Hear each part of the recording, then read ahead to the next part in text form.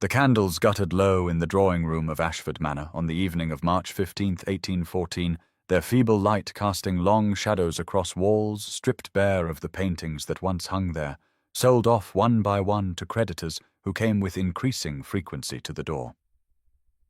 Eleanor Ashford sat in the worn velvet chair by the dying fire, her black mourning dress absorbing what little warmth remained in the room, her fingers wrapped around the simple gold locket at her throat that had belonged to her mother just 3 weeks before. The cold rain beat against the windows with a relentless rhythm that matched the hollow ache in her chest, and she suppressed another cough that had plagued her since the exhausting weeks of nursing her mother through her final illness, nights without sleep blurring into days of desperate hope that had ultimately proved futile. She was 24 years old, and utterly alone now, the youngest daughter whom society deemed too plain and far too bookish, the one her father had never troubled to hide his disappointment in producing. The sound of boots in the hallway announced Sir Thomas Ashford before he appeared in the doorway, his face flushed with drink, his cravat askew, and something triumphant glittering in his bloodshot eyes that made Eleanor's stomach clench with familiar dread.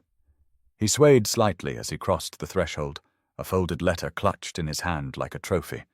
and when he smiled at her, it was the smile of a man who had finally found a use for something he had long considered worthless. "Your mother is barely cold in her grave, and already she proves useful to me at last," he announced, his words slurring at the edges, "for without her bleeding me dry with physician bills I have been able to settle certain pressing matters."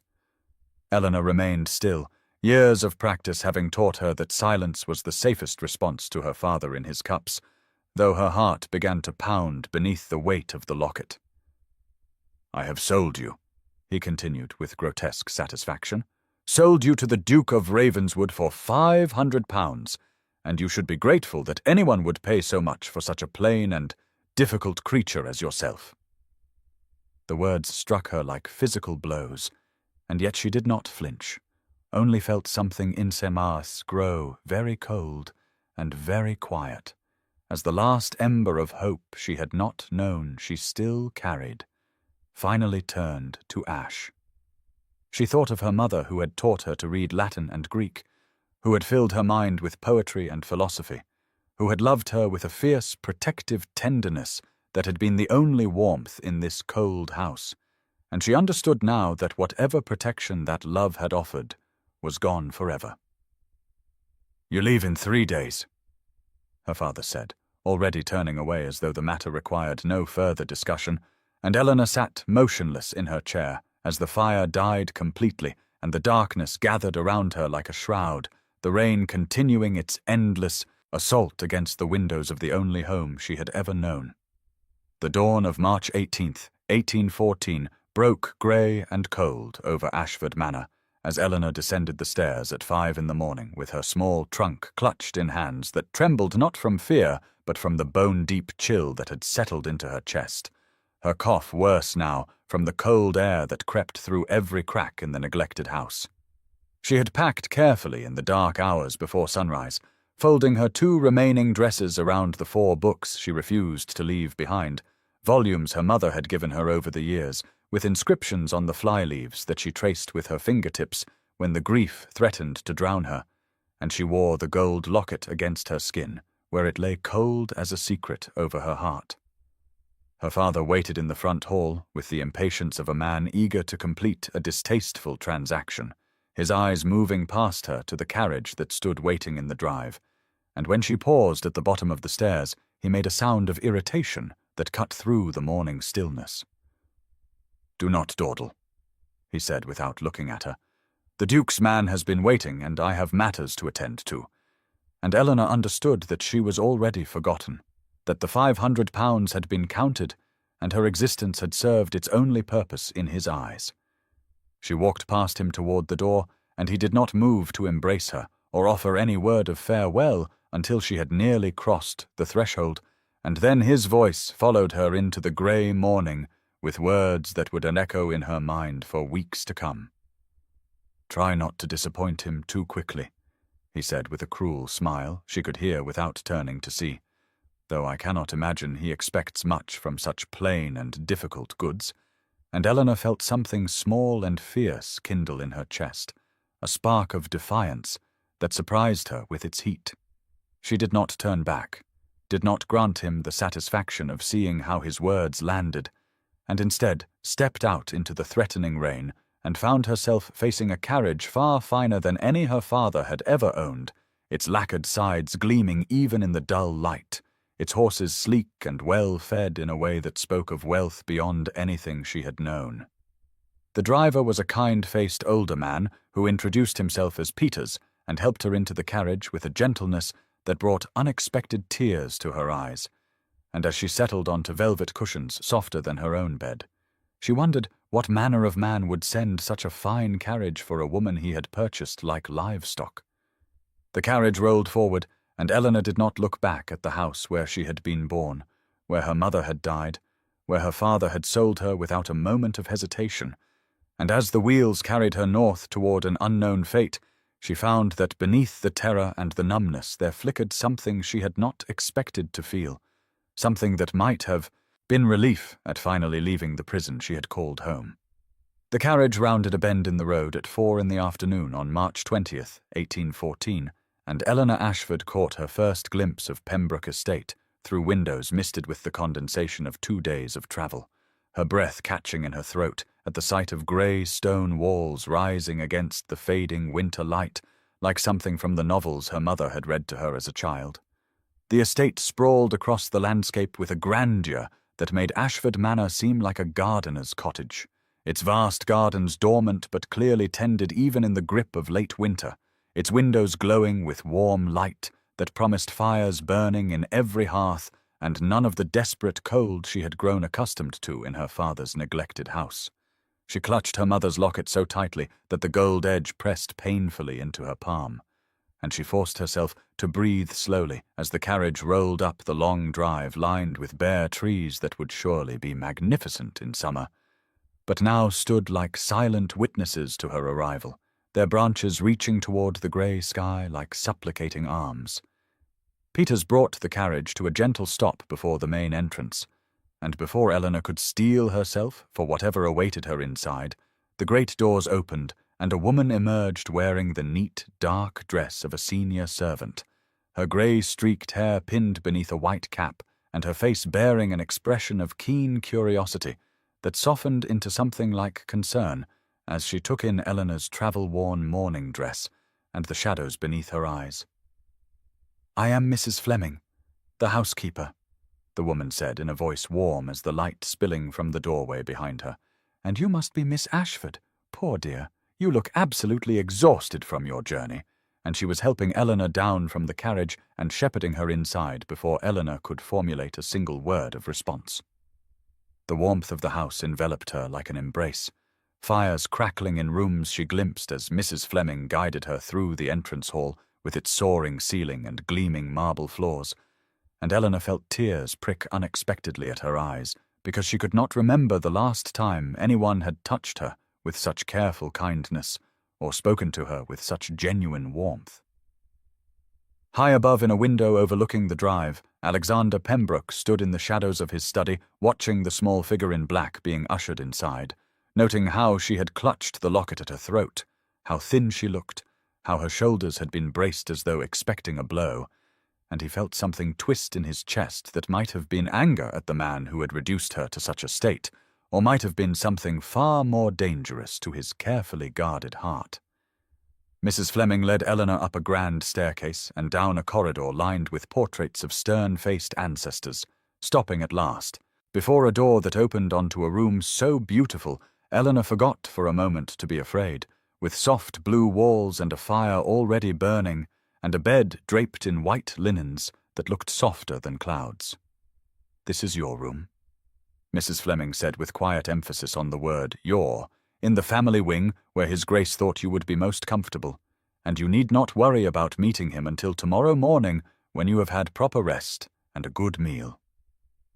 Eleanor stood in the center of the room that was somehow hers, confusion warring with exhaustion on her face, because nothing about this cold arrangement was unfolding as she had expected,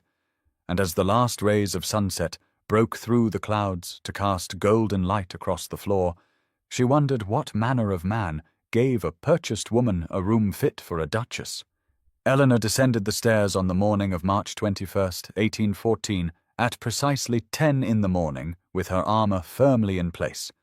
Her better morning dress brushed clean of travel dust, and her hair arranged as neatly as she could manage without a lady's maid, and she had spent the hours since dawn preparing herself for whatever cruelty or lechery awaited her in the breakfast room where Mrs. Fleming had informed her the Duke would receive her. She paused outside the door to steady her breathing and pressed her fingers briefly against the locket hidden beneath her bodice, drawing strength from its familiar weight. And then she lifted her chin and stepped into the room, prepared to face a monster, only to find instead a man standing by the window, with morning sunlight falling across features that were stern but not unkind. Dark hair touched with early threads of grey at the temples, and eyes the colour of winter storms that turned to meet hers with an expression she could not read. He was tall and broad-shouldered, and dressed impeccably in dark blue that spoke of wealth worn casually, and he did not move toward her or make any gesture that might be construed as threatening, merely inclined his head in greeting, and said in a voice deeper than she had expected, "Miss Ashford, I trust you slept well. Please sit and have something to eat. You must be famished after your journey." Eleanor found herself seated at a table set with more food than she had seen in months, fresh bread and butter and eggs and ham and hothouse flowers in a crystal vase that caught the light and scattered tiny rainbows across the white tablecloth, and she could not reconcile this gracious breakfast room with the cold transaction that had brought her here. The Duke seated himself across from her at a respectful distance and poured tea with his own hands rather than summoning a servant,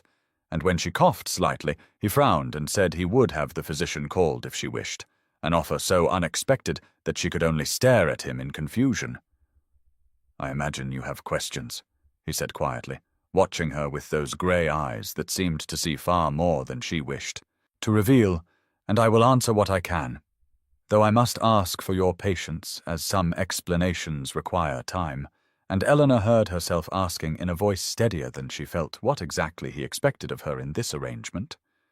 He set down his teacup with careful precision, and met her gaze directly and said,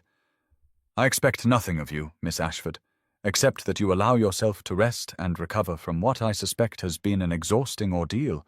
This house is open to you, the library and gardens and any room you wish to explore, and you are a guest here, not a prisoner, not a servant, not anything you might be fearing." She searched his face for the lie, for the cruelty hiding beneath the courtesy,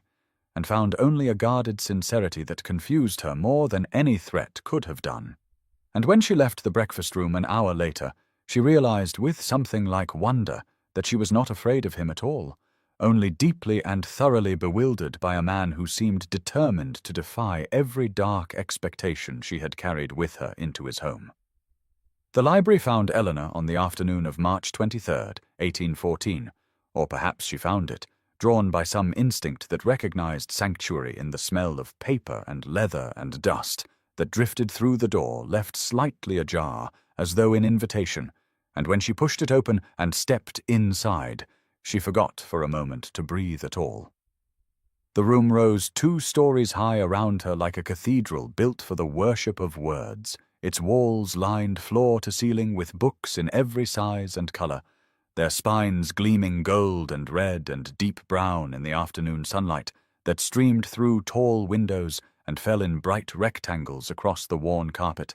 and a spiral staircase of wrought iron twisted upward to a gallery that circled the upper level where even more volumes waited in patient rows.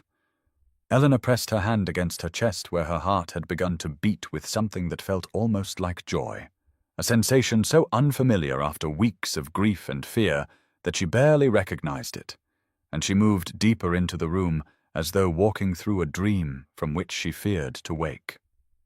Mrs. Fleming had tied a ribbon of pale grey into her hair that morning, declaring that Miss Ashford needed a bit of brightening even in mourning, and Eleanor had not possessed the will to refuse the small kindness,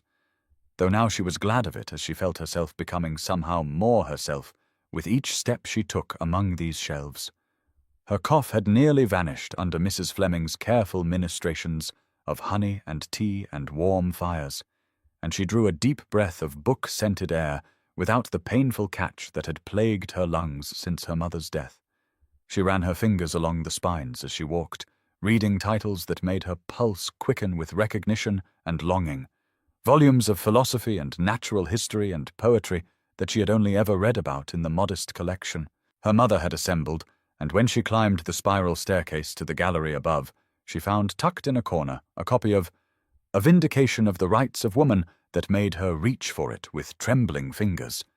She opened it expecting the clean pages of an unread book, and found instead margins filled with handwriting she did not recognize, small, neat annotations that argued with the text and agreed with it, and asked questions of it, as though the reader had been engaged in passionate conversation with the author herself. And when she read a note beside a passage about female education that said simply, "She is right, and we are fools to deny it," Eleanor felt something shift in her understanding of the man who had brought her here. She sank into a chair by the window and read for hours, following the trail of his thoughts through the margins, and when Mrs. Fleming appeared at 6 to announce that dinner would be served, and mentioned quietly that His Grace had asked the cook to prepare roast chicken, because he had learned it was Miss Ashford's favourite, Eleanor looked up from the book with the first genuinely warm thought she had permitted herself to feel toward Alexander Pembroke, blooming unexpected and fragile in her chest. And now's the time to stop and subscribe to our channel. If you enjoyed this video, don't forget to like it, and drop a comment telling us where you're watching from. It's always amazing to see how far these tales travel across the world. Now let's continue. The dining room on the evening of March 25th, 1814, had been transformed from the grand formal space Eleanor had glimpsed on her first day into something altogether more intimate, with only 2 places set at one end of the long mahogany table and candelabras casting warm pools of golden light that pushed the shadows back to the far corners where they could not intrude upon the small circle of warmth created for just the 2 of them. And Eleanor found herself seated across from Alexander Pembroke, with a meal spread before her that she recognized with a sharp pang of emotion as all her favorites, the roast chicken and early spring vegetables, and fresh bread still warm from the oven, and a wine the color of garnets glowing in crystal glasses. Rain had returned to tap against the tall windows like a visitor seeking entry, and the sound created a cocoon around them that made the rest of the world seem very far away indeed. And Eleanor found that for the first time since arriving, she did not feel the need to keep her armor quite so firmly in place. She wore her mother's locket openly tonight, resting against the black silk of her morning dress, where the candlelight caught its simple gold surface, and she noticed Alexander's grey eyes flicker to it more than once, though he said nothing, merely filed the observation away behind that thoughtful gaze that she was beginning to understand saw far more than most. The conversation began with pleasantries about the meal and the weather, but somewhere between the first course and the second, it shifted into something more substantial when Eleanor mentioned a passage from the book she had been reading in the library, and Alexander's response revealed not only that he had read the same volume, but that he held opinions about it that were both unexpected and intriguing enough to draw her into genuine debate. She found herself leaning forward as she argued her point, forgetting to be cautious, forgetting that she was supposed to be guarded against this man who had purchased her from her father. And when he countered her argument with a reference to another text she had loved, she felt something spark between them that had nothing to do with the candlelight and everything to do with the recognition of a kindred mind. He mentioned almost casually that he had met her mother once, years ago, at a literary salon, and that Mrs. Ashford had impressed him with her intelligence and grace,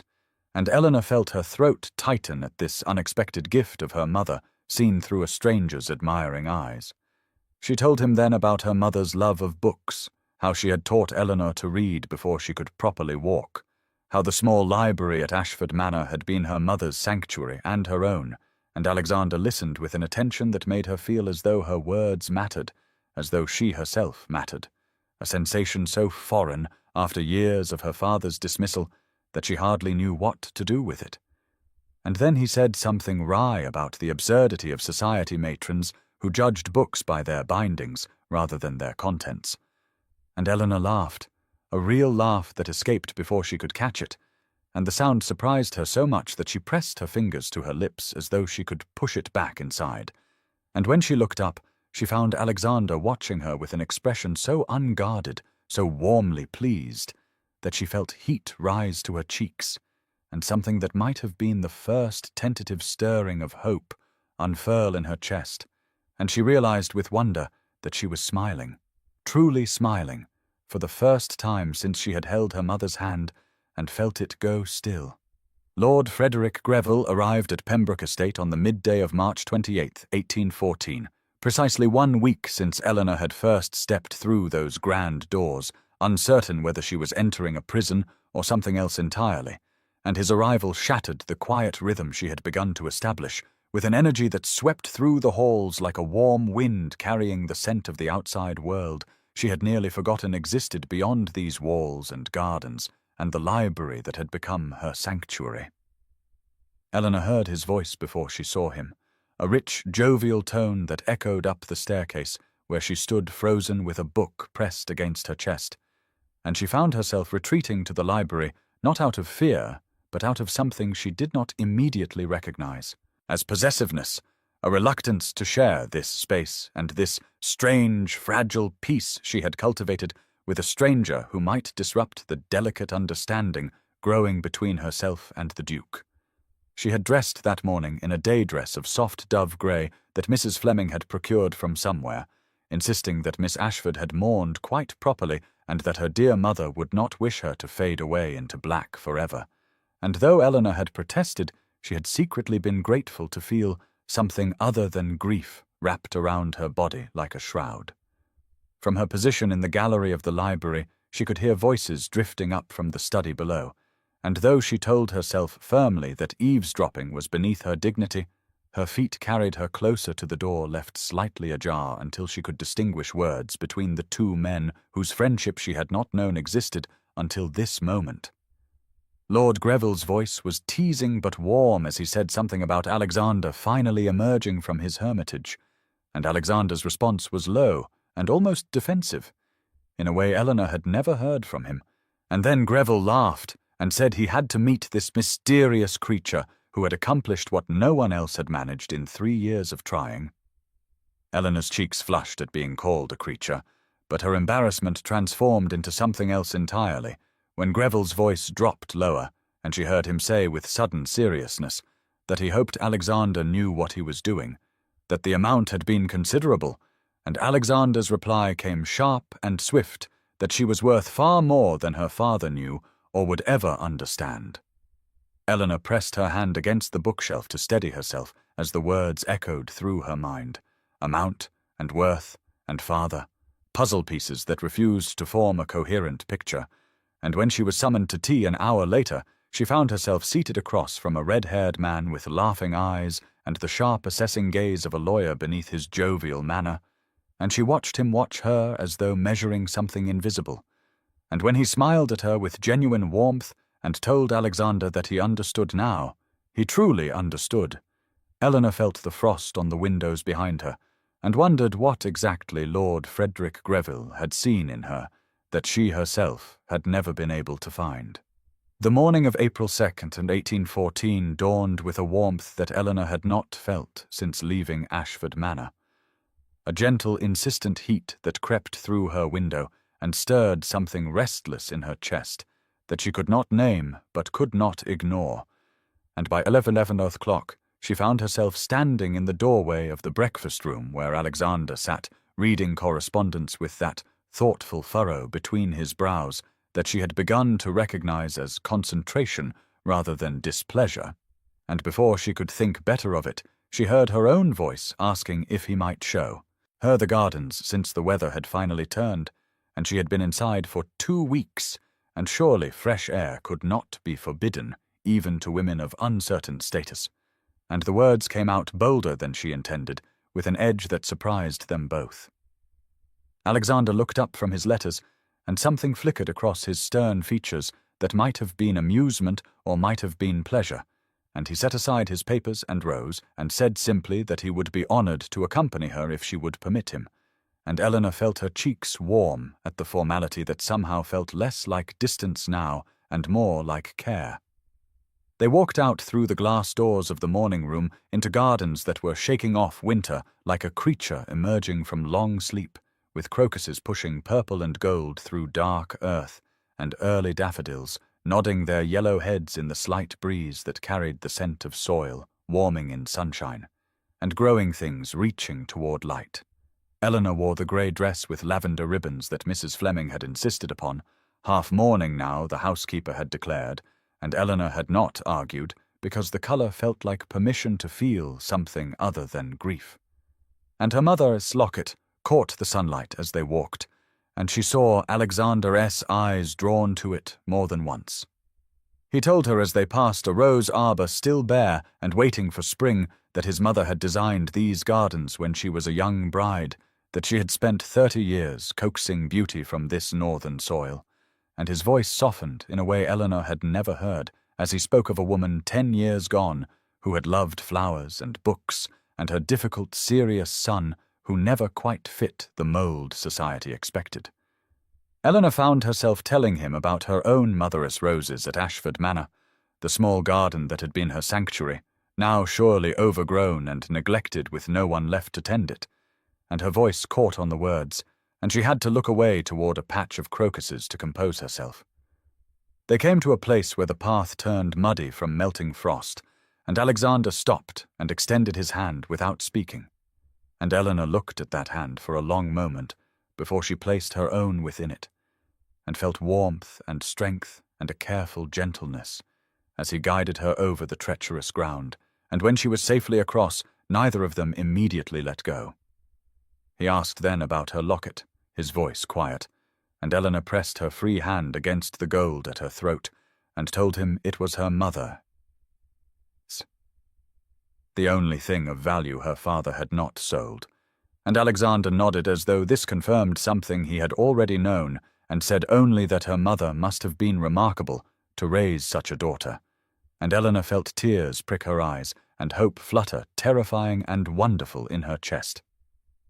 The evening of April 5th, 1814, settled over Pembroke Estate with a heaviness that matched the turmoil in Eleanor's chest, and by 9:00 she found herself sitting at the small writing desk in her bedroom, unable to concentrate on the book she had brought from the library, her thoughts circling endlessly around the memory of Alexander's hand holding hers in the garden, and the words Lord Greville had spoken about worth and amounts and things her father did not know. And when a soft knock came at her door, she was almost relieved to see Mrs. Fleming entering with the nightly chamomile tea that had become their quiet ritual, the older woman's kind face illuminated by the candle she carried against the growing darkness. The storm that had threatened all day was finally arriving, wind rattling the windows in their frames, and the first drops of rain beginning to tap against the glass, like fingers seeking entry, and Eleanor accepted the warm cup, with hands that trembled slightly as she asked the question that had been burning in her throat for days, asking Mrs. Fleming directly why the Duke had chosen her specifically when surely there were other women with fathers willing to sell them for gambling debts, women prettier and younger and less plain and bookish than Eleanor Ashford, who had never been chosen for anything in her entire life. Mrs. Fleming set down the teapot and settled into the chair across from Eleanor with the careful movements of someone preparing to share something significant. And she told Eleanor that His Grace had not simply responded to an offer from Sir Thomas, but had sought out that particular arrangement after years of quiet inquiry, that he had heard Eleanor's name spoken in connection with an act of kindness she had likely forgotten entirely, a small moment of compassion shown to his elderly Aunt Beatrice at a garden party some 4 years past, when Eleanor had noticed the old woman struggling alone and had spent an hour keeping her company while everyone else ignored her existence. Eleanor pressed her hand against her mother's locket as the memory surfaced hazily, an afternoon she barely recalled. An old woman in lavender who had smiled with such gratitude at simple conversation, and Mrs. Fleming continued softly that His Grace's aunt had spoken of the young Miss Ashford often before her death last year, had called her the only genuine soul in a room full of pretenders, and that Alexander had never forgotten that description, even as he searched for the woman who matched it. The candle on Eleanor's dressing table guttered in a draught as the storm intensified outside, casting dancing shadows across the walls of this room that had somehow become more home than Ashford Manor ever was, and Eleanor found herself unable to speak as Mrs. Fleming added quietly that the amount His Grace had paid was not what her father had claimed, though she would not say more than that, only that Eleanor should understand she had never been worthless, even when she believed it most deeply. Long after Mrs. Fleming had gone, and the tea had grown cold, and the storm had wrapped the estate in howling wind and driving rain, Eleanor sat motionless at her desk with her mother's locket clutched in her fist, reconsidering everything she had believed about her value and her place in the world, unable to sleep, as the realization settled into her bones that somewhere in her forgotten past she had mattered to someone without even knowing it. The morning of April 8th, 1814, broke through the fog that had wrapped Pembroke Estate for 3 days, and Eleanor came down to breakfast at 9:05 to find Alexander already seated with a silver tray before him, bearing not his usual correspondence, but a single letter on cream stationery that he held out to her without speaking, his grey eyes watching her face with an intensity that made her pause in the doorway before she crossed to take it from his hand, and she saw immediately that the handwriting was not her father. Cramped, impatient script, but something feminine and elegant and somehow familiar in a way that made her heart clench before she even broke the seal. The letter was from Lady Harriet Sinclair of Wiltshire, and Eleanor read those words 3 times before they made sense, because she had believed her mother's sister dead these 15 years, had been told by her father when she was 9 that Aunt Harriet had perished in a fever, and that Eleanor must never speak of her again. And yet here were pages covered in desperate, loving words, asking if Eleanor was safe and well, and explaining that Harriet had written dozens of letters over the years that were never answered, had tried to visit only to be turned away, had mourned her sister's recent death from a distance because Thomas Ashford had forbidden all contact and threatened legal action if she persisted.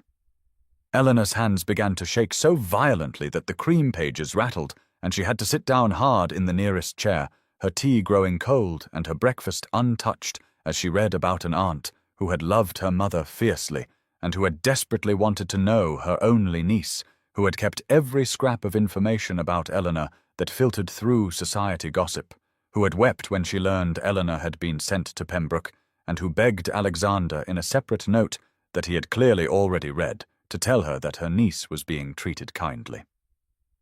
Alexander's voice came quiet and careful through the roaring in Eleanor's ears as he explained that he had written to Lady Harriet himself after discovering the connection, that he had suspected Thomas Ashford had isolated Eleanor deliberately and had wanted her to know she was not as alone in the world as her father had made her believe. And Eleanor looked up at this man who had paid money she did not understand for her freedom and who was now giving her family. She thought she had lost, and something cracked open in her chest that she had kept sealed since her mother's final breath. The tears came then, for the first time since that terrible night in her father's study, great heaving sobs that she could not control and did not try to hide,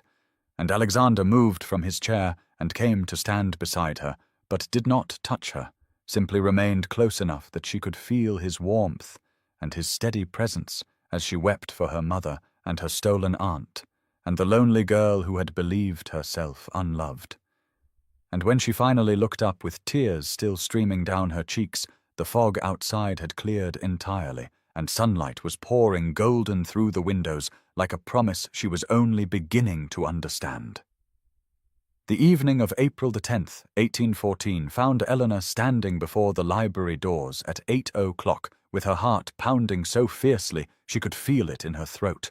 And when she pushed through into the fire-lit space, she saw Alexander already there, as if he had been waiting for her, standing near the spiral staircase with shadows playing across his face and his grey eyes reflecting the flames that burned low in the grate.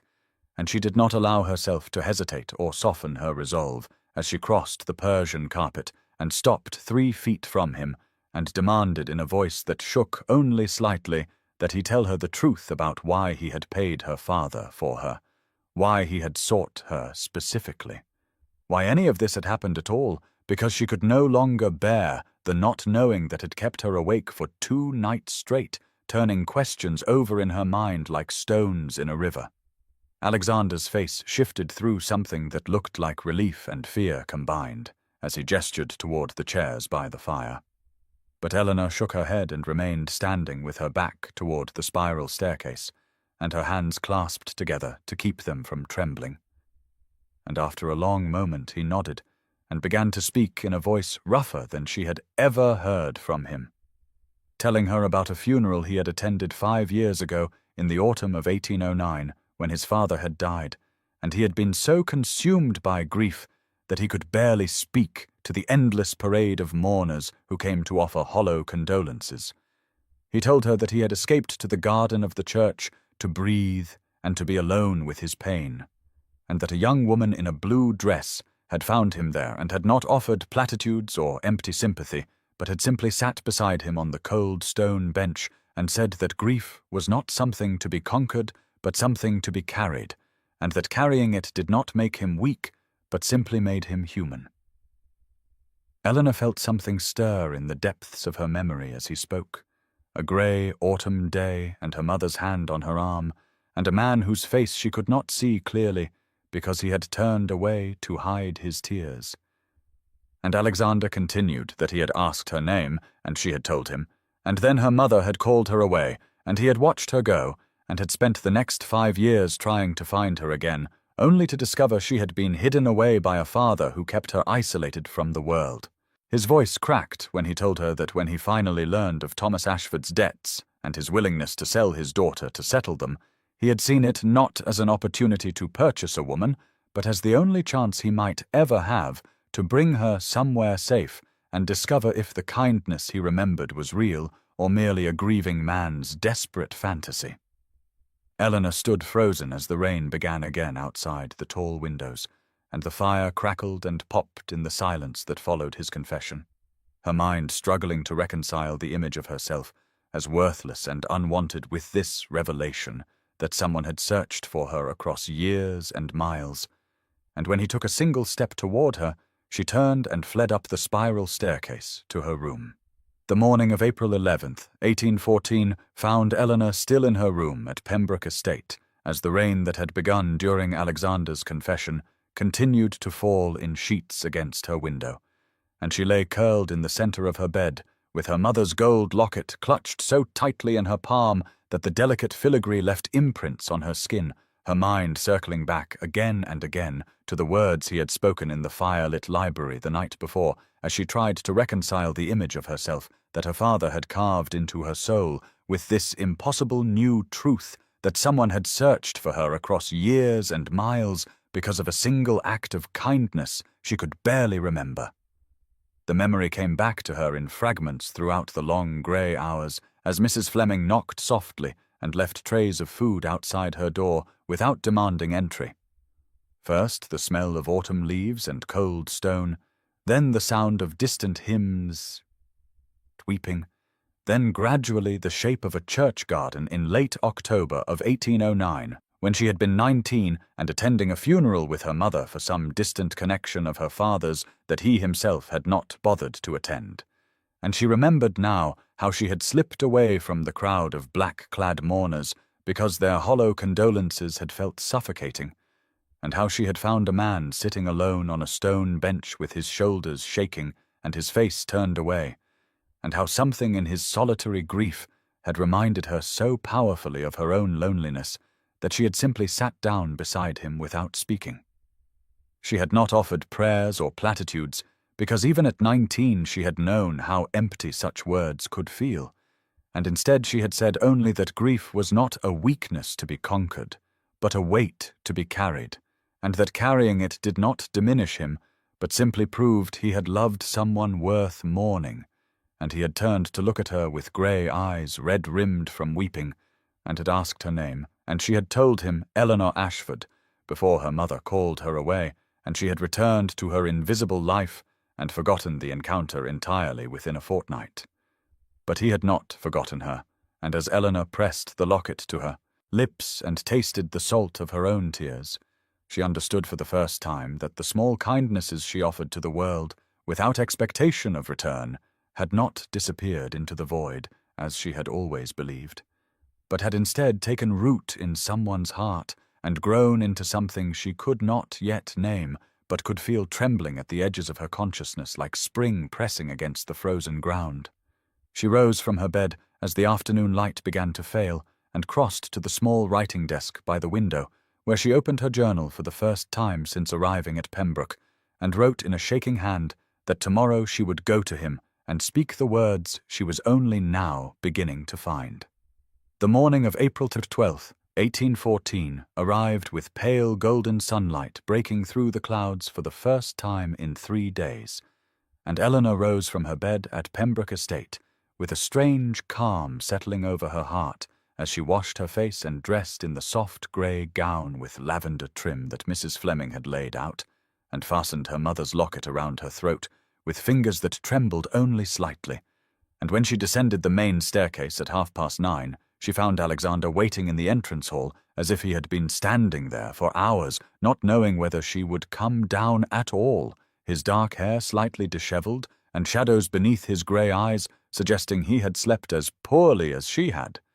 And for a long moment they simply looked at each other across the black and white marble floor, while dust motes danced in the shafts of light streaming through the tall windows, and neither seemed to know how to begin this conversation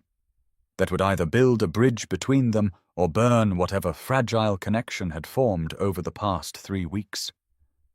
Eleanor was the one who finally spoke, her voice steadier than she had expected, as she told him that she remembered now, remembered the stone bench and the autumn leaves and the way he had turned to look at her with grief written across every line of his face, and she remembered too that she had not offered him comfort because she thought it would matter, but simply because she could not bear to see another person suffering alone the way she herself had always suffered. And Alexander's expression shifted into something raw and unguarded as he took a single step toward her and said, that was precisely why her words had stayed with him through every empty year that followed, because she had expected nothing in return, and that had made her kindness the only real thing he had encountered in a world full of people who wanted something from him. She moved closer without quite deciding to, drawn by the honesty in his voice and the way his hands hung at his sides as if he was forcing himself not to reach for her, and she told him that she had spent her entire life believing she was invisible and worthless because that was what her father had taught her to believe, and she did not know how to reconcile that with the knowledge that someone had searched for her across 5 years and finally found her and brought her to this beautiful place, not to use her, but simply because he remembered her voice on an autumn afternoon when she was 19 and did not yet know that small kindnesses could echo across time. Alexander closed the remaining distance between them until only 2 feet separated them, and said her name, just Eleanor, without the formal Miss Ashford he had used since her arrival, and the sound of it in his deep voice made something unlock in her chest that she had kept bolted shut for as long as she could remember. The days that followed April 12th, 1814, unfolded at Pembroke Estate with a tender fragility that Eleanor had never before experienced, as she and Alexander began to navigate the strange new territory between strangers and something more, taking their meals together now, with conversation flowing more easily, and walking in the gardens each afternoon as the spring flowers continued to emerge from the warming earth, and she found herself watching for the small signs of his true nature that she had been too guarded to notice before, the way he remembered every book she mentioned wanting to read, and had it waiting on the library table the next morning, the way he spoke to the servants with genuine courtesy rather than cold command, the way his grey eyes softened when he thought she was not looking, and hardened again when he caught himself, as if he was afraid of wanting too much from this arrangement that had begun in such mercenary circumstances. On April 15th, 1814, they sat together in the library after dinner, while rain drummed against the windows, and Eleanor found the courage to ask him about the years between that autumn funeral and the day her father had drunkenly announced her sale, and Alexander's voice grew rough as he described how he had tried to find her, how he had remembered only her first name, and the connection to his father's distant cousin, whose funeral it had been. How he had searched through guest lists and made inquiries through society connections, and finally traced her to Ashford Manor, only to discover that her father was drowning in gambling debts, and that Eleanor herself was spoken of as unmarriageable and invisible, and destined to become a burden on whatever relative would take her when Sir Thomas finally drank himself into the grave. He told her that he had written to her father under the pretence of business, and had received in return a letter so callous in its assessment of Eleanor's lack of value that Alexander had known immediately he could not leave her in that man's keeping, and when the opportunity arose to offer payment in exchange for her removal to Pembroke Estate, he had taken it without hesitation, though he had always intended to give her the choice to leave once she understood the situation, a choice he was offering her now with visible pain in his expression as he said the words. Eleanor felt her heart constrict as she looked at this man who had searched for her across 5 years because of a few kind words spoken in a garden, this man who had paid an unknown sum to rescue her from her father's cruelty, and then had given her space and books and kindness without ever demanding anything in return. And she understood suddenly that the question was not whether she could trust him, but whether she could trust herself to accept that she deserved to be wanted. And she reached across the space between their chairs and laid her hand over his where it rested on the arm of his seat, and said simply that she was not going anywhere. The morning of April 16th, 1814, brought with it a shift in the very atmosphere of Pembroke Estate that even the servants remarked upon in hushed tones as they went about their duties, for the Duke, who had been known throughout the county as cold and unreachable, now smiled when he thought no one was watching, and lingered at breakfast long past his usual hour.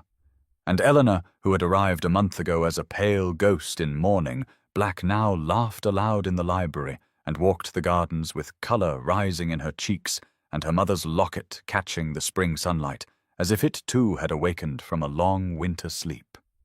Mrs. Fleming observed these changes with quiet satisfaction, as she directed the household staff, and ensured that fresh flowers appeared in Eleanor's room each morning, and that the cook prepared the dishes Miss Ashford favoured.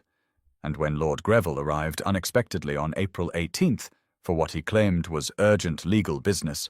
the housekeeper noticed how his sharp eyes moved between Alexander and Eleanor at dinner,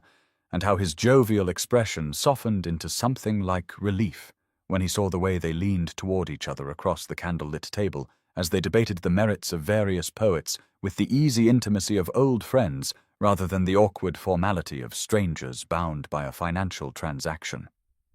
Eleanor found herself telling Lord Greville about her mother's love of literature, and how she had taught Eleanor to read Latin and Greek, despite her father's objections that such education was wasted on a plain girl who would never marry well,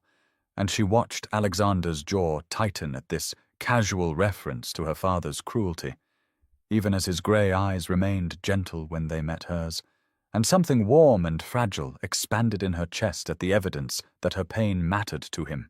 that he felt anger on her behalf when she had spent so many years believing her suffering was invisible to everyone but herself. After dinner, Lord Greville drew Alexander aside for a private conversation in the study, while Eleanor retired to the library with a book she could not concentrate on, because her thoughts kept returning to the way Alexander had said her name that morning. Just Eleanor, as if it were something precious. And when he rejoined her an hour later with papers in his hand, and a strange, nervous energy in his movements, she set aside her unread book and waited for him to speak.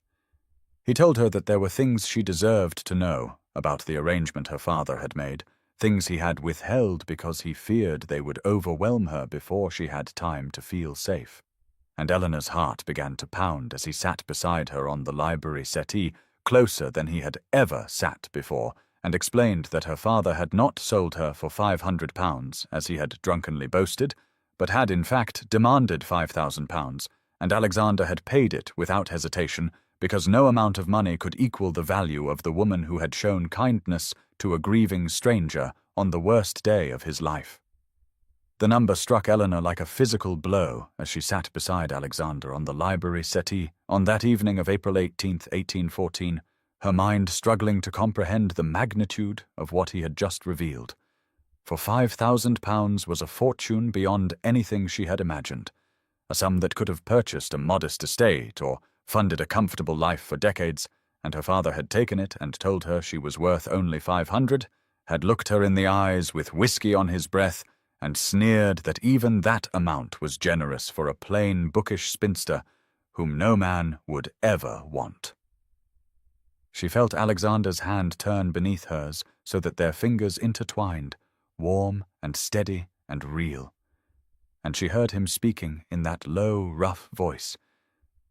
that seemed to reach past all her defenses as he explained that the money meant nothing to him, but her safety meant everything, that he would have paid twice that amount, or 10 times if necessary, because he had spent 5 years haunted by the memory of soft brown eyes filled with genuine compassion and a gentle voice that had asked a grieving stranger if he needed someone to sit with him in his sorrow.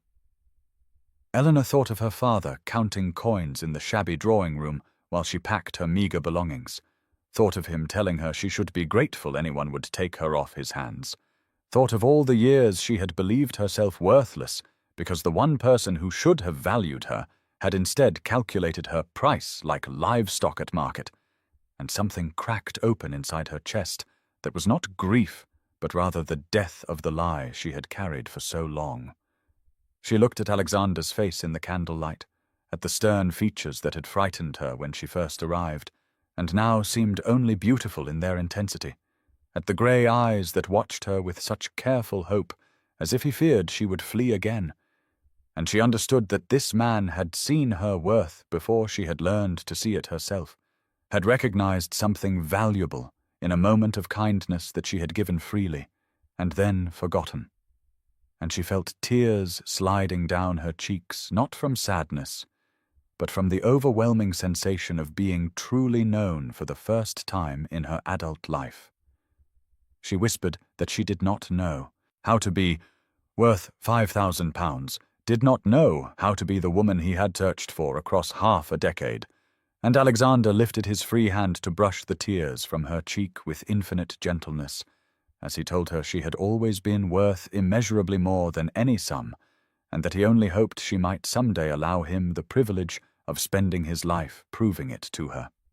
The days that followed, April 18th, 1814, unfolded with a tender new rhythm at Pembroke Estate, as Eleanor and Alexander navigated the delicate territory between confession and commitment, for though much had been revealed in the candlelit library, there remained a careful distance between them, as if both feared that moving too quickly might shatter the fragile understanding they had built, and Eleanor found herself watching him across the breakfast table each morning, with new eyes that saw not the stern, cold Duke of Society's whispers, but the man who had remembered her voice for 5 years and paid a fortune to find her again, and now sat reading his correspondence with such studied casualness that she knew he was as aware of her gaze as she was of his presence. She spent the morning of April 20th composing a letter to Aunt Harriet with Alexander's blessing, her pen trembling slightly as she wrote words she had never dared speak aloud about her father's cruelty and her mother's death, and the strange, unexpected sanctuary she had found in the home of a man she was only beginning to understand. And when Alexander appeared in the doorway of the small sitting room, where she wrote and asked quietly if she needed anything, she felt her heart turn over in her chest at the careful hope in his grey eyes, and the way he held himself back, as if afraid of overwhelming her. That afternoon they walked together through the gardens where spring had arrived in earnest now, with tulips pushing through the dark earth and the fruit trees beginning to show the first pale promises of blossoms. And Eleanor told him about her mother's final weeks, and the books they had read together, and the way her father had forbidden the physician to return because the expense was not worth the investment in a dying woman who had already failed to produce a son. And Alexander's hand found hers, without either of them quite deciding to reach for the other, and remained there warm and steady as they walked in silence that felt more intimate than any words could have been. In the evening, Lord Greville departed after extracting a promise from Alexander that he would bring Eleanor to London for the season so that society might see the woman who had finally thawed the heart of the cold Duke of Ravenswood, and Eleanor felt a flutter of fear at the thought of facing the ton who had dismissed her as plain and unmarriageable. But Alexander squeezed her hand and told her she need never face anything alone again if she did not wish it, and she believed him with a certainty that still surprised her when she examined it in the quiet of her room. Later that night, she wrote in her journal by candlelight as the house settled into sleep around her, recording the way his voice softened when he spoke to her and the particular shade of grey his eyes became in firelight, and the extraordinary realization that she was no longer afraid of her future for the first time since her mother had drawn her final breath in that cold, shabby room at Ashford Manor. The morning of April 22nd, 1814, brought with it a letter that changed everything, arriving on the silver tray that Peters carried into the breakfast room, where Eleanor and Alexander sat in the companionable silence that had become their custom, and Eleanor recognized her father's careless scrawl on the outside of the folded paper before Alexander could intercept it, her hand reaching out with a steadiness she did not feel as she took the missive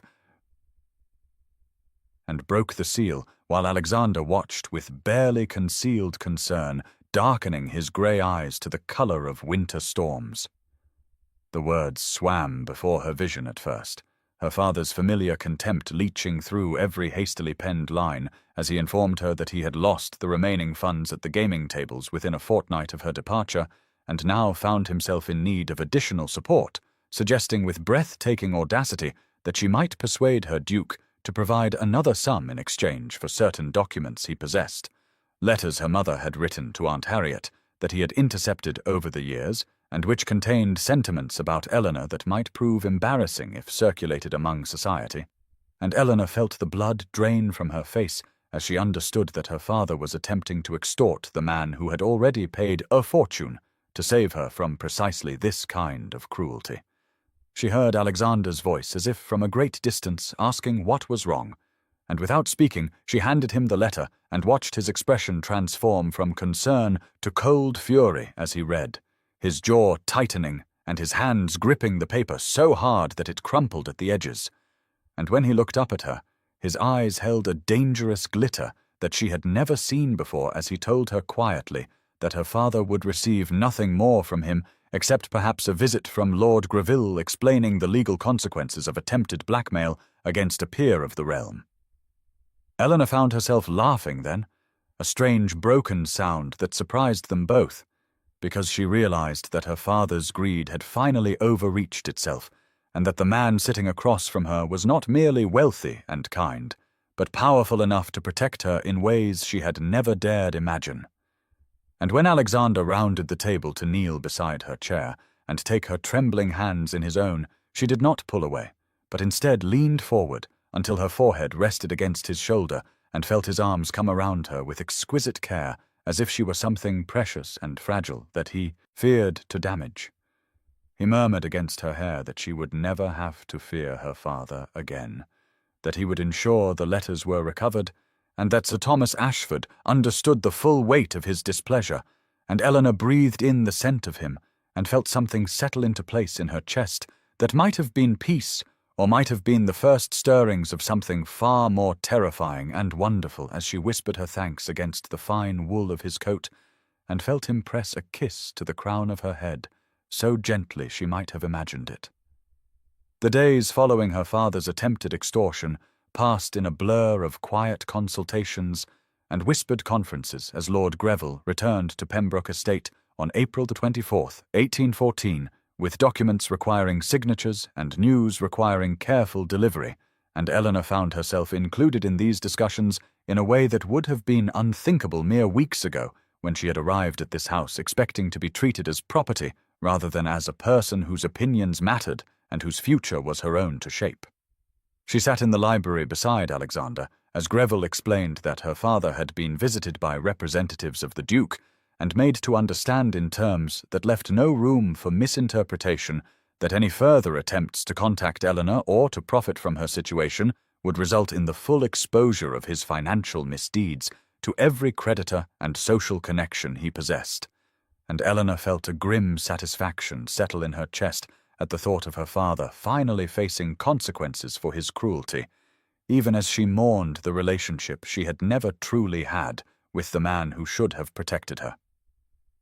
The recovered letters from her mother to Aunt Harriet arrived the following morning in a packet tied with faded ribbon, and Eleanor spent hours reading words her mother had written years ago, expressing love and hope and desperate worry for her youngest daughter trapped in a house with a man who saw her only as a burden and a disappointment.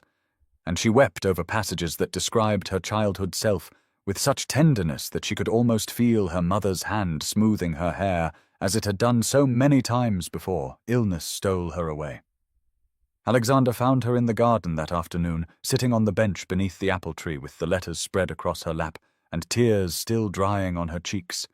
And without speaking, he sat beside her and waited until she was ready to share what she had learned, and when she finally told him that her mother had tried for years to arrange for Aunt Harriet to take her away from Ashford Manor, but her father had refused because he needed Eleanor to care for the household without wages, Alexander's expression hardened with a fury that she understood was not directed at her, but at the man who had stolen so many years of potential happiness from her life. She showed him the final letter dated just 3 months before, her mother's death, in which her mother had written that she prayed daily for Eleanor to find someone who would see her true worth and love her as she deserved to be loved. And Alexander's voice was rough when he told her that he intended to be that person if she would allow him the honor.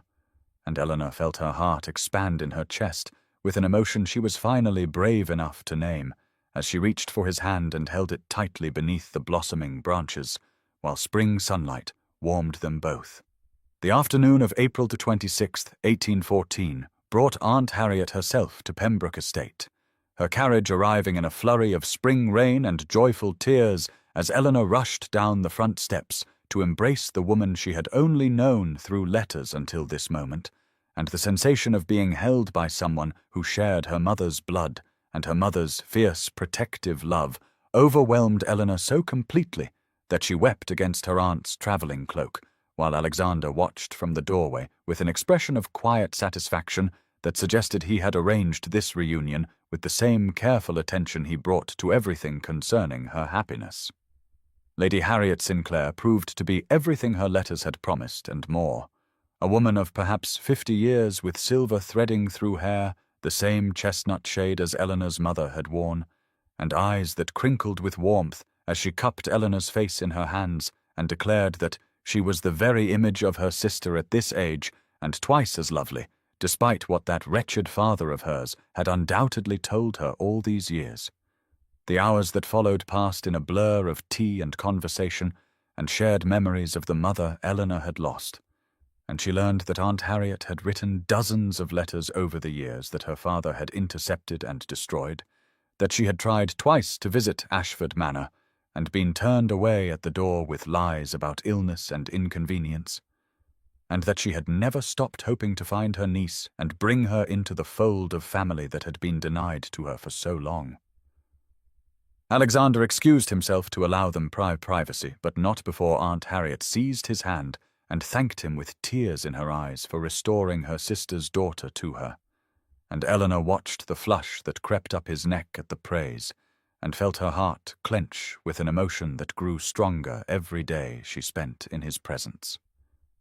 When evening fell and they gathered for dinner, Eleanor found herself seated between the two people who had come to matter most to her in all the world, and the conversation flowed easily between discussions of books and politics and memories of her mother's youth that Eleanor had never heard before, and she realized that she was building a family from the ashes of the one that had failed her so completely. Aunt Harriet stayed for 3 days, during which she and Eleanor walked the gardens and explored the library and talked until their voices grew hoarse, and before she departed, she drew Eleanor aside and told her quietly that she had never seen a man look at a woman the way the Duke looked at her, with such reverent attention and barely concealed longing that it made an old romantic's heart sing.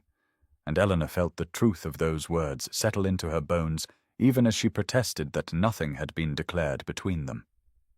The carriage bearing her aunt away left Eleanor standing on the front steps with Alexander beside her,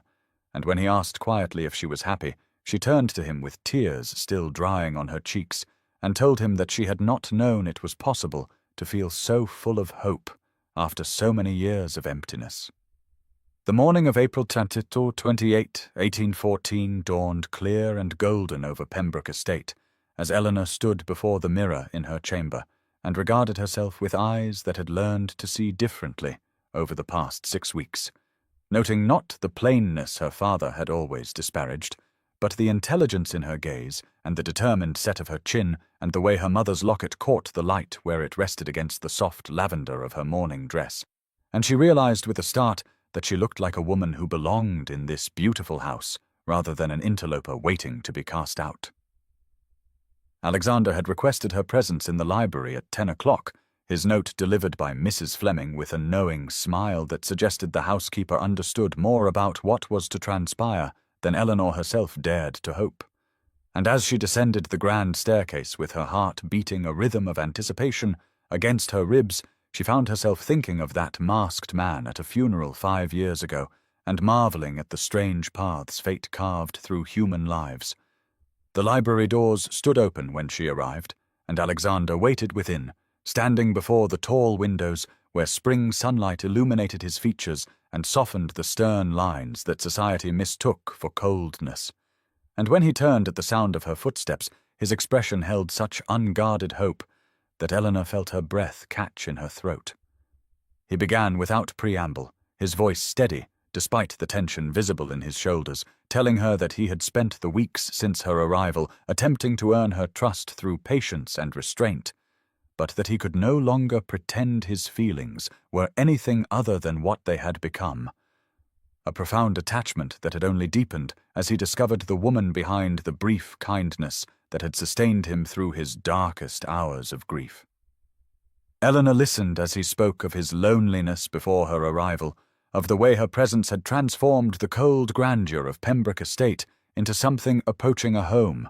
of his certainty that she was the companion his heart had sought since that moment 5 years past, when a young woman with compassionate eyes had offered comfort to a stranger without expectation of reward. He told her that he had no wish to claim rights over her, that the circumstances of her arrival might suggest he possessed, that if she desired to leave, he would ensure she reached Aunt Harriet with every comfort and a settlement that would guarantee her independence forever, but that if she chose to stay, he would spend the remainder of his days endeavoring to be worthy of the gift of her regard. The silence that followed his declaration stretched between them like the held breath before a symphony's crescendo, and Eleanor found herself moving forward without conscious decision, crossing the sun-warmed carpet until she stood close enough to see the rapid pulse beating at his throat and the way his hands trembled slightly at his sides. She told him that she had spent her life believing herself without value, that her father's cruelty had convinced her she deserved nothing more than the scraps of affection others deigned to offer,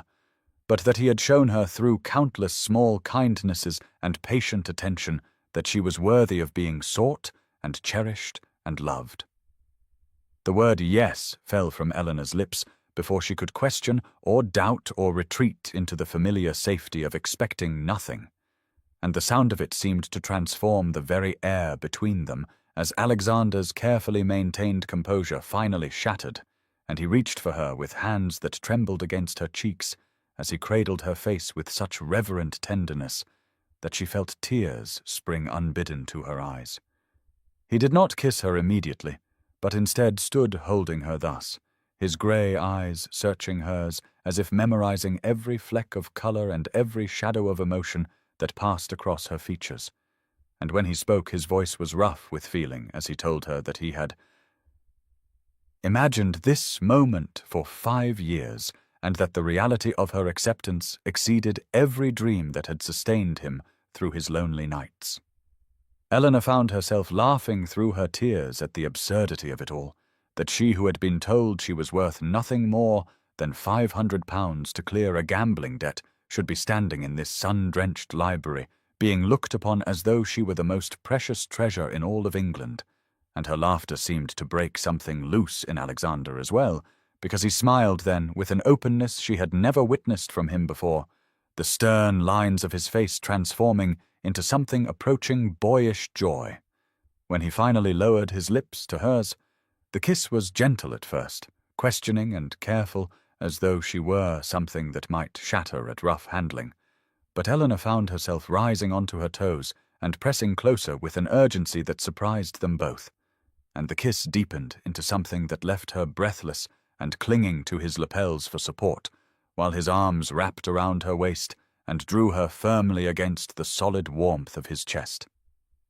They stood thus for long moments as the spring sunlight painted golden patterns across the library carpet, and the dust motes danced in the air around them like tiny witnesses to this transformation of two lonely souls into something greater than either had been alone.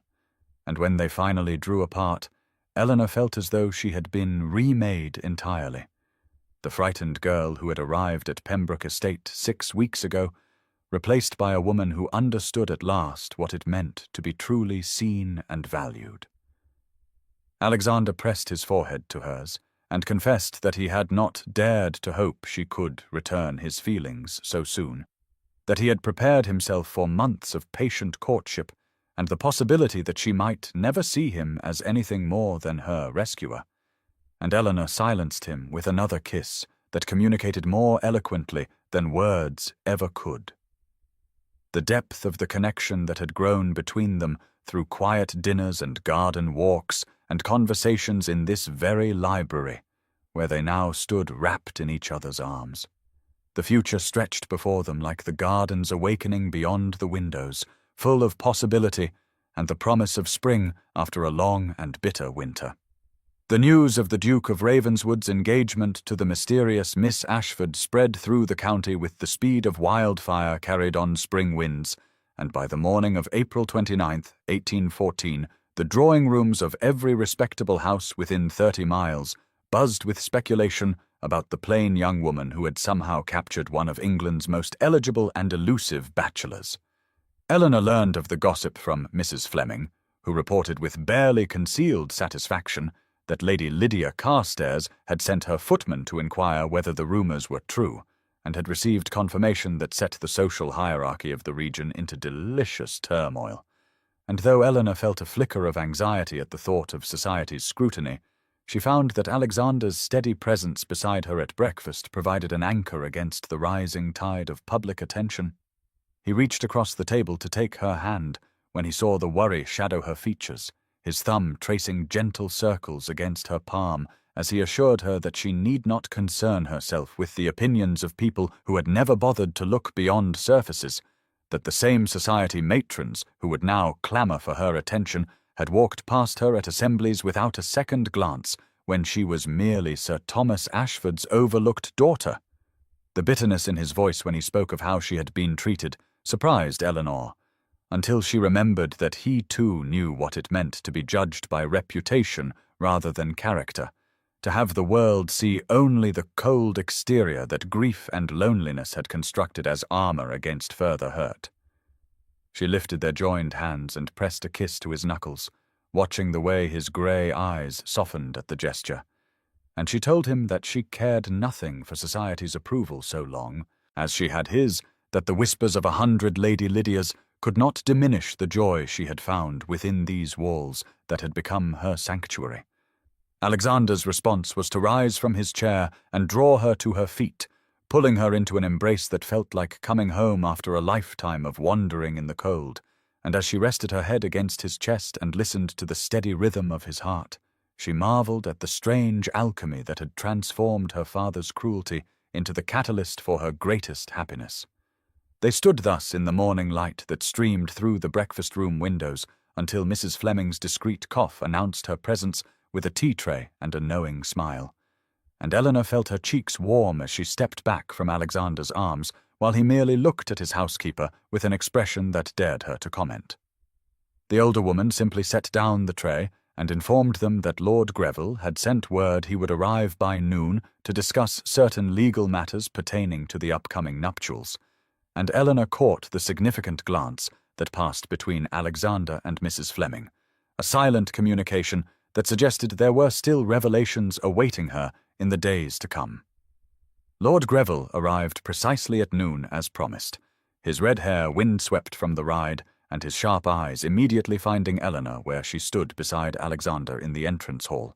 and the solicitor's face broke into a warm smile as he bowed over her hand and declared that he could see why his friend had been so thoroughly transformed in recent weeks, a comment that brought colour to Eleanor's cheeks, and a warning look from Alexander that Greville cheerfully ignored as he allowed Mrs. Fleming to take his coat and usher them all toward the drawing-room where tea awaited. The afternoon sun streamed through tall windows as the three of them settled into chairs arranged near the fire,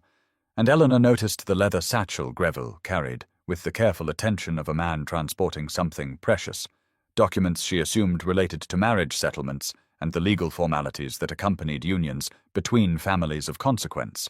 though she felt a flutter of anxiety at the reminder that she brought nothing to this match save herself. Alexander must have sensed her discomfort, because he moved his chair closer to hers and took her hand in full view of his friend, a public declaration of affection that made Greville's eyebrows rise appreciatively even as he withdrew papers from his satchel and spread them across the low table between them with the methodical precision of a man accustomed to delivering news that would reshape lives.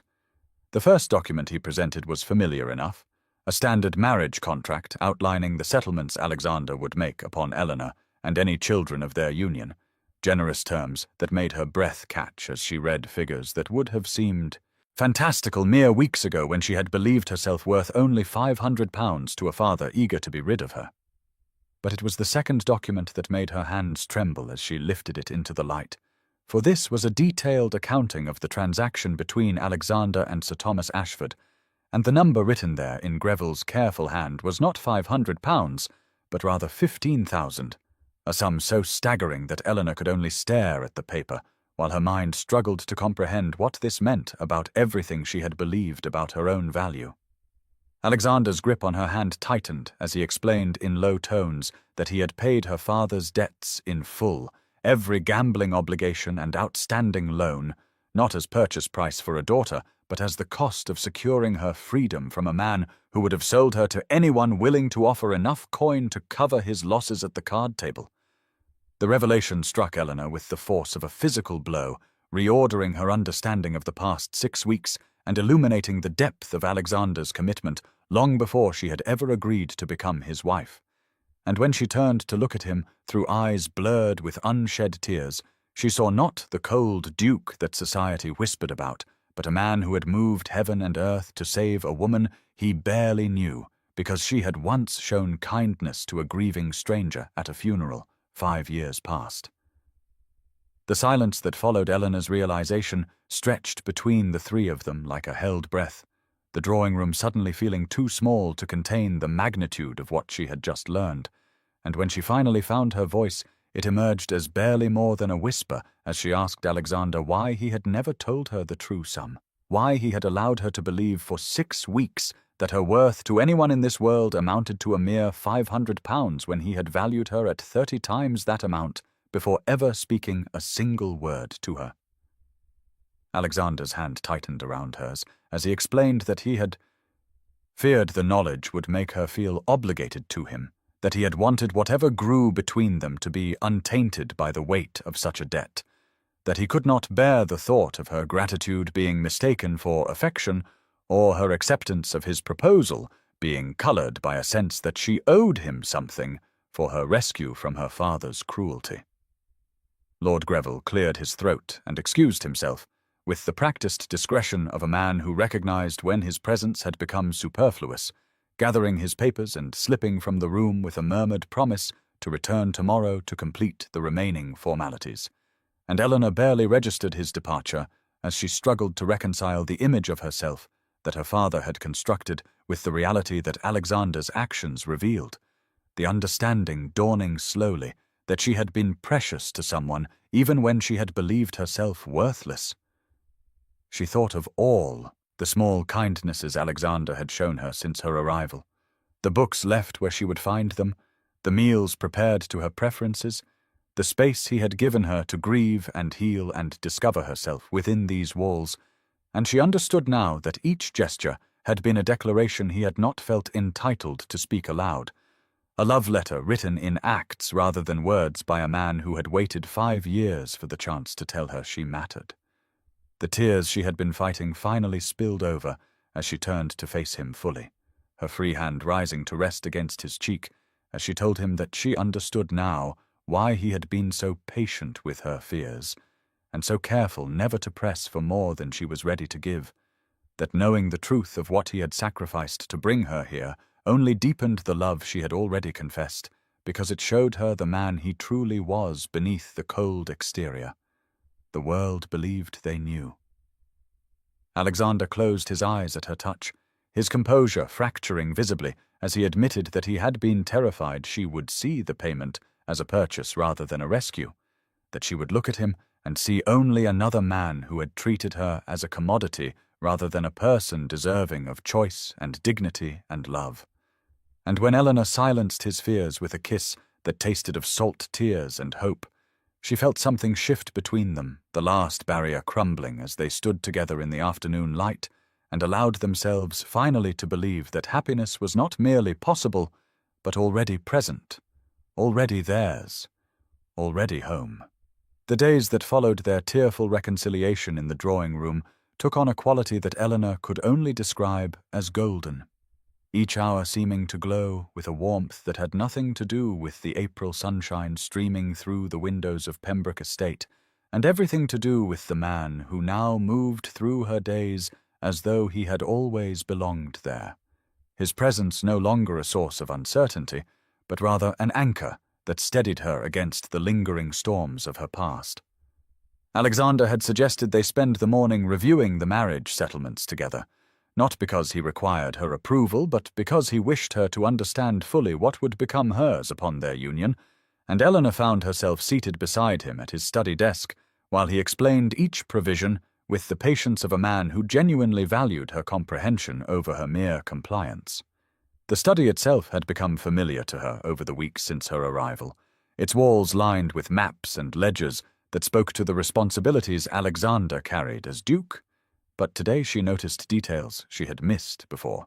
the small portrait of his mother above the fireplace, the worn leather of the chair that suggested countless hours spent in solitary work, the single dried flower pressed between the pages of a book that he quickly moved aside when he caught her, looking. She did not ask about the flower, sensing that some secrets were best discovered in their own time, but she filed the observation away among the growing collection of small truths she was learning about this man who had waited 5 years for the chance to love her openly. The settlement documents themselves were staggering in their generosity: provisions for her personal income, for any daughters they might have, for her security should she outlive him,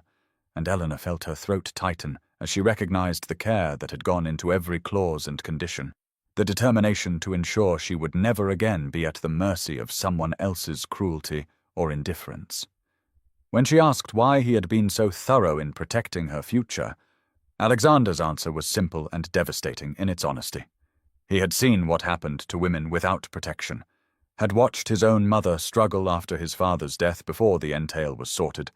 and he would not allow Eleanor to face such uncertainty regardless of what the future might hold for either of them.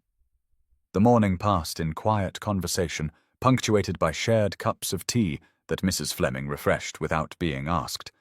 and when Alexander finally set aside the last of the documents and turned to face Eleanor fully, his expression held a vulnerability that she was still learning to recognize beneath his composed exterior. He told her that there was one more matter they needed to discuss before the wedding, something he had been reluctant to raise, but which honesty demanded he address, and Eleanor felt her heart quicken with apprehension even as she nodded for him to continue, trusting now that whatever he revealed would not diminish the love growing steadily between them. The matter Alexander needed to discuss concerned her father, and Eleanor felt her shoulders tense instinctively at the mention of the man who had sold her like livestock. But Alexander was quick to reassure her that Sir Thomas posed no immediate threat, explaining instead that he had received word through Lord Greville's contacts that her father had already squandered the £15,000 on new gambling debts and was now attempting to spread rumours through London society that Eleanor had been compromised and ruined, hoping perhaps to extract additional funds or simply to poison any happiness she might find out of pure spite. The news should have devastated her, should have sent her spiraling back into the shame and worthlessness that had defined her existence under her father's roof. But Eleanor found instead that she felt only a distant sadness for a man so consumed by his own demons that he could not recognize the destruction he wrought upon everyone unfortunate enough to depend upon him. And when she told Alexander as much, she watched something shift in his expression, a pride and wonder that made her feel as though she had passed some test she had not known she was taking. He told her that he had already instructed Greville to handle the matter legally, that her father's slander would be met with the full weight of a duke's influence, and that anyone who repeated such lies would find themselves unwelcome in polite society. But more importantly, he wanted her to know that she need never fear her father's power over her again, because she was no longer Eleanor Ashford, the overlooked daughter, but would soon be Eleanor Pembroke, the Duchess of Ravenswood, and no amount of venom from a disgraced baronet could touch her in her new life. Eleanor considered his words carefully, turning them over in her mind as she might examine a particularly complex passage in one of her beloved books, and she realized that what moved her most was not the promise of protection or the elevation of status, but rather the simple fact that Alexander had chosen to tell her, to treat her as a partner deserving of information rather than a delicate creature requiring shelter from unpleasant truths.